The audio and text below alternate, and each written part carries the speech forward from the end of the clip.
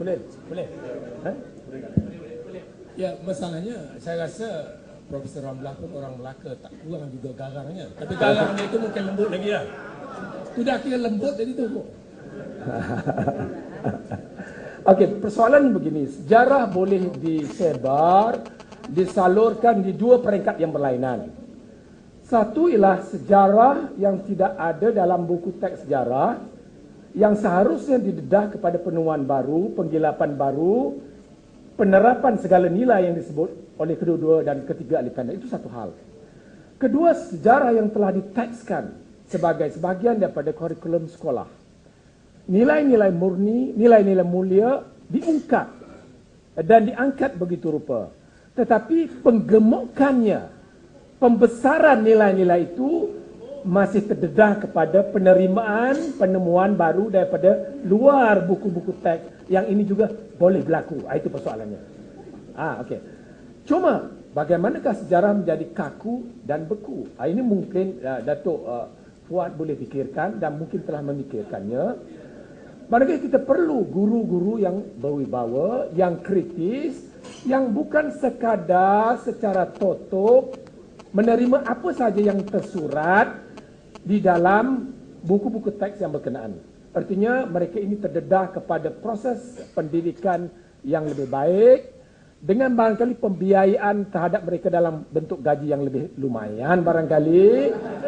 Sehingga guru-guru sejarah ini apabila berada dalam kelas seperti dramatis yang mempestakan pengajian sejarah, sehingga sejarah yang lalu hidup di tengah-tengah laman pelajar itu. Ini belum betul-betul ada dalam sejarah kita.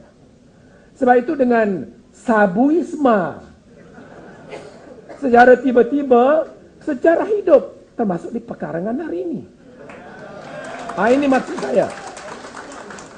Malah saya pun terkejut apabila 3 episod yang saya lalui dalam seminggu yang lalu. Pertama di Kota Baru, di Datan Stadium, saya menjadi ahli panel bersama Mak Sabu. Saya mendapati puluhan ribu yang mendengar, meminati sejarah. Kemudian 2-3 hari yang lalu, Jabatan Sejarah Malaysia Melaya mengadakan seminar yang hadirnya ratusan memenuhi dewan. Sedangkan sebelum itu, kalau ada forum pukul 8:30 baru ada orang. Tapi Alhamdulillah kali ini, kalau perjumpaannya 8:30, pukul 8 pun sudah penuh dewan. Termasuklah hari ini barangkali. Dan ketiga, ketika saya di Terengganu 2 hari yang lepas, apabila tidak dapat permit polis untuk berbahas dengan Datuk Usam dan Mak Sabu, kita terpaksa dipindah di satu dewan. Walaupun dilanda hujan yang renyai-renyai, masih ramai. Dan kutipan derma pun hebat juga dalam masa 5 minit setengah. Jadi itulah yang saya gunakan. Sabuisma telah menyebabkan minat sejarah melonjak akhir-akhir ini.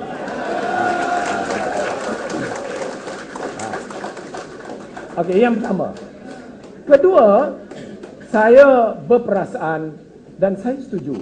Seandainya sejarah lepas itu dapat dimantapkan, maka sejarah itu akan menjadi pedoman bukan saja hari ini tapi pada masa depan. Dan kita tidaklah berdepan dengan apa yang berlaku di Rusia. Apabila mereka mengatakan di sana mereka berdepan dengan unpredictable past. Patutnya unpredictable future. Tapi di Rusia dia kata unpredictable past, iaitu masa lepas yang sukar untuk ditentukan. Alhamdulillah, pada umumnya landasan sejarah kita agak jelas. Sejarah nasional kita dengan kerangkanya yang telah terbentuk selama ini agak jelas. Semenjak Melaka, pengasasan negeri-negeri Melayu, hinggalah ke hari ini landasannya jelas. Cuma untuk memurni dan memantapkan itu, perlunya apa yang kita bincang tadi. Pengkayaan, pengisian, penambahan, supaya nilai-nilai murni yang dimaksudkan dalam buku teks itu memperoleh inspirasi baru, ditambah dengan guru-guru yang juga berwibawa. Apabila ini berlaku, ini penting. Apabila ini berlaku, maka sejarah menentukan kepentingannya. Bukan ahli politik menentukan kepentingan sejarah.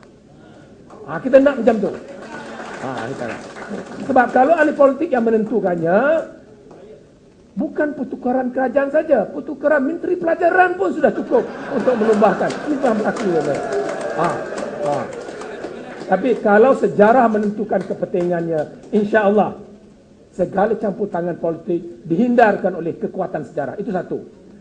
Dua, selama ini sejarah yang disebut juga oleh Profesor Ramlah banyak ditentukan oleh pihak luar, sama ada Eurocentricity, iaitu pengamatan dari sudut Inggeris dan sebagainya.